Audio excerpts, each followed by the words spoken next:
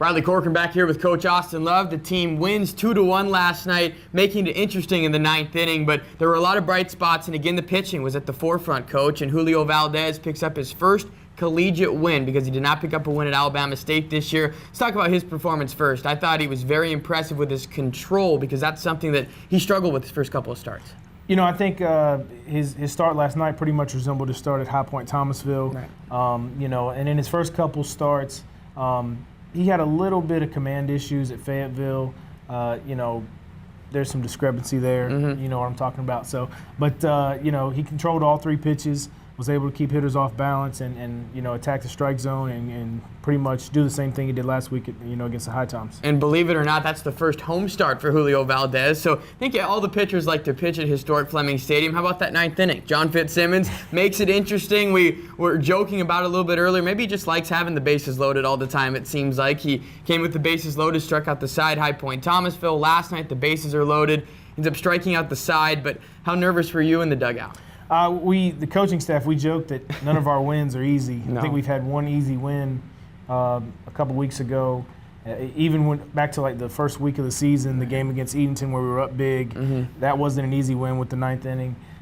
You know, John's got great stuff. As long as he attacks bats and gets ahead of batters, he's going to be fine, and hopefully he's done with the excitement and the adrenaline rush of you know, having the tying run at the plate. So hopefully he'll get over that and be ready to go the rest of the week. And picking up his 3rd save of the season already for the Wilson Tobs. All of them have been a little bit interesting to say the least, but from a hitting side of things, let's focus on the positives. There were a couple guys that needed to bust out of slumps last night, and Collins Cuthro delivered with an RBI double, and I said on the air, I thought it was the furthest hit ball he hit all year because those 2 home runs were in Edenton. That ball last night, the double off the wall, about 390 feet away. Nice to see him get an RBI double as well as Kevin Carr. Nice sacrifice fly. Those are the 2 RBIs for the Tobs last night. Nice to see those guys kind of bust out of mini slumps. Yeah, Collins has really been working on his stroke, trying to keep his hands moving, you know, through the zone, and he's got big time juice in his bat. You know, when he doesn't cut off his swing.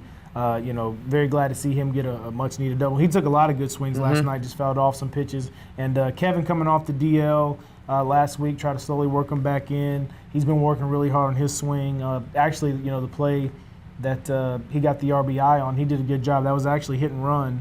And, you know, he did his job. And, you know, in some ballparks that might be a hit or some, you know, defensive alignments. But, you know, we got him an RBI, and he was pretty much on base all night for us, you know, and we did pretty well with getting runners on and getting them in scoring position, just didn't capitalize on every opportunity. And Kevin Carr getting 3 walks in that game last night, and the Tobs now have alternated wins and losses their last 4 contests, most of them being 1-run games, sitting at 12-10, taking a night off, of course, from the Coastal Plain League, at least the competition there, and it'll be Team USA coming into tonight. And what people might not know is your ties with Team USA and working a little bit with them. Tell everyone a little bit about that. I've worked some of the community camps for them for the City of Cary. City of Cary was, you know, built them the ballpark, you know, so they do some community camps for little kids and coaches. I've worked one of those, and last year I was fortunate enough after leaving North Carolina A&T to work the NTIS and pretty much help select kids in different age groups to compete for a spot on the national team. So, you know, got to see some very, very talented 14 and under, 16 and under, 17 and under kids, and it's kind of special. You know, I really didn't realize what I was getting into until I was there. It's pretty hectic. It's a nonstop weekend, and you know, it's very special anytime you're given something, you know, with your country's colors on, and especially when you know you're picking kids to go compete in you know, Pan America games or you know, just doing a world tour period, so it's pretty exciting stuff. And again, you understand the appreciation of Team USA coming and how special an event this is going to be tonight. So many great players coming to play at historic Fleming Stadium. Any that stand out maybe to you? I know there are so many, we could just go on forever and ever, but a couple of guys maybe that stand out to you that will be playing tonight. Well, you know, the local guys that I've seen, you know, before coaching against them in Rodon and Turner. You know, the kid tonight, you know, from Texas A&M. Mangdon. You know, he's been lights out. You know, looking at his numbers, he's a stud. You know, the kid from Carolina, Thornton. You know, they have so many great players. For me, it's really going to be fun to see some of the kids from the West Coast and the Midwest. I've seen a lot of kids on the East Coast.